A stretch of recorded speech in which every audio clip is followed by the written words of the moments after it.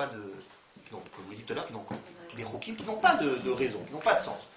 Pourquoi est-ce qu'on n'a pas le droit de mélanger le lait et la viande? Alors, il y a des symboles, vous voyez ce que je veux dire. Et c'est pas la raison l'ignore. Bon, il y a des symboles qui sont greffés sur la raison essentielle. Mais la raison, on ne la connaît pas.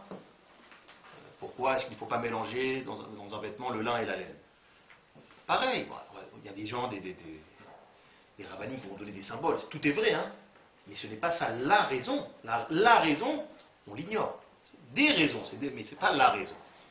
Une personne qui veut aborder le judaïsme uniquement avec la compréhension, il ne va jamais évoluer. Regardez autour de vous. Les gens qui ont évolué, c'est des gens à un moment donné qui se sont lancés. À un moment donné, voilà, je ne vais pas chercher à tout comprendre, hein, mais je vais me lancer. La pratique, c'est ce qui fait avancer. Paradoxalement, on pourrait penser que c'est la théorie, mais c'est la pratique qui fait... Dans un premier temps, le déclic, c'est la pratique. Après, il faut la compréhension pour entretenir. Mais le déclic, c'est souvent la pratique, c'est pas la théorie. Qu'à voir autour de vous, vous allez voir très souvent les gens qui ont évolué en Torah et Mitzvot, c'est des gens qui à un moment donné se sont lancés. Bon, c'est pas grave, je ne maîtrise pas tous les tenants et les aboutissants de la mitzvah, mais j'y vais. Et là on évolue. Mitzvah goret, mitzvah, une mitzvah l'entraîne une autre, etc. En dehors en vérité, c'est un prétexte un petit peu hypocrite. Comme le Rabbi Lubavitch le faisait remarquer souvent. Il y a des gens qui vont vous dire, moi attention, je fais aucune mitzvah si j'ai pas compris. En général, c'est des gens qui se veulent philosophes ou intelligents. Non, moi je suis pas un khmar, je suis pas comme ça, moi. Moi j'aime bien comprendre et après je vais faire.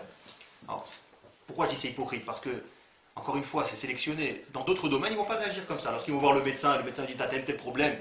Oui, tiens, prends ce médicament. Ils ne vont pas dire au médecin non, je prends rien du tout tant que je n'ai pas fait 7 ans de médecine et tant que je n'ai pas compris le rôle de la molécule et pourquoi cette molécule elle va m'aider. Personne ne réagit comme ça. Ouais. En général, on ne réagit pas comme ça. Alors qu'on va chez le médecin et il nous dit voilà, tu as tel et tel problème, tu dois prendre tel et tel traitement. Tous ici autour de la table, hein, personne n'attend de faire 7 ans de médecine. Pourquoi? Parce qu'on se dit après tout, c'est son boulot, c'est son métier, on peut avoir confiance. Alors, pourquoi cette confiance, on ne l'accorderait pas à Kadosh Baruch Hu, tout bêtement? Si le médecin il maîtrise son sujet, pourquoi Kadosh Baruch Hu ne maîtriserait pas son sujet aussi? Nous, on est les sujets d'Akadosh Baruch Hu, il maîtrise. Donc c'est souvent un prétexte lorsqu'on réagit comme ça. La base de la Torah, c'est quoi? Naase Velishma. C'est la base. C'est-à-dire pour ça que les Israël ont été choisis, si on se réfère au Midrash, pour être le peuple qui allait recevoir la Torah, c'est parce qu'ils ont justement réagi de la façon suivante. Lorsqu'on leur a proposé la Torah, ils ont dit Naase, nous ferons, dans un deuxième temps, nous comprendrons. Ça, c'est la base du chinour, c'est la base de l'éducation. C'est le naase, c'est la pratique. La pratique, elle marque. Et souvent, dans le chinour, dans l'éducation, c'est encore une fois valable, parce qu'un enfant, il va retenir, voilà, c'est ce qu'il a vu. C'est pas... Il peut avoir un papa qui défendait des causes très très nobles au niveau de l'esprit, des idéologies très très intéressantes, etc. Mais on ne transmet pas ça à l'enfant. Hein. Un enfant, il va retenir quoi? Il va retenir ce qu'il a vu à la maison. Il va retenir sa maman qui allume les bougies de Shabbat, son papa qui fait le kidouche. Il va retenir l'odeur des chalotes, des choses toutes simples. Le concret, la pratique, c'est ce qui fait avancer. On se rend compte d'une chose, c'est ça. C'est ça. Une personne, il peut avoir encore une fois, il peut avoir une noblesse de cœur extraordinaire.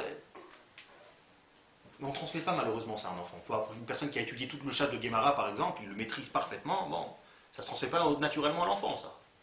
Hein? Ce que tu transmets, c'est la pratique, c'est le concret. D'accord? On appelle ça le maasé. Alors on fait un petit peu le lien avec tout Bishvat, parce que moi je pensais que le cours c'était la semaine dernière. Il y a un malentendu. Donc j'avais préparé le cours en vue de tout Bishvat, donc je vais m'arrêter un petit peu sur cette fête-là de tout Bishvat. Alors on ne va pas revenir sur les choses classiques. Hein. Alors c'est quoi tout Bishvat? Vous savez, c'est le nouvel an des arbres. Pourquoi est-ce qu'on fête le nouvel an des arbres, vous savez? Il y a le nouvel an des légumes aussi dans la Mishnah. Moins connu celui-là. Pourquoi est-ce qu'on ne célèbre pas le nouvel an des légumes? Il existe, hein, il y a Arba Rachanim même, il y a 4 nouvel an des arbres. Pourquoi le nouvel an des arbres? Bon, alors la réponse on la connaît, parce qu'il y a un verset qui dit qu'il y a Adam et Tsasadé, l'arbre est un modèle pour l'homme. Il y a des centaines de rabbinim qui ont expliqué en quoi l'arbre peut-il être un modèle pour l'homme. Bien sûr qu'il y a beaucoup d'explications.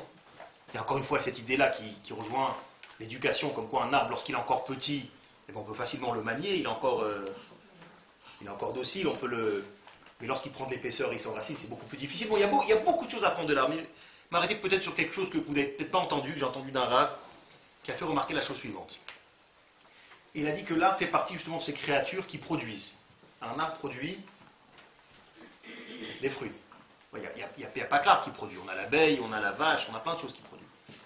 Il y a une grande différence entre la production de l'arbre, d'une part, et la production qu'on peut retrouver chez l'abeille ou bien chez la vache. Est-ce que vous savez laquelle? Je serais intéressé à savoir si quelqu'un peut mettre le doigt là-dessus. On a une règle par rapport aux arbres où on doit le laisser 3 ans. Lorsque le lait de la vache, on peut le boire tout de suite, quoi, déjà.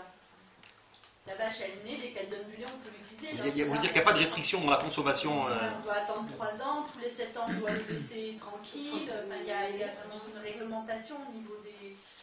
Voilà, c'est vrai. Mais je parle au niveau du caractère, si je puis dire. Ouais, pas tellement au niveau technique, au niveau de la pratique. Il donne des fruits.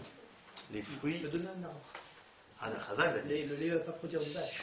On n'a jamais vu ça en ça veut dire que dans la production du fruit, il y a une infinité. C'est infini. Ouais. Il faut qu'il soit beau. Chazal. Hein.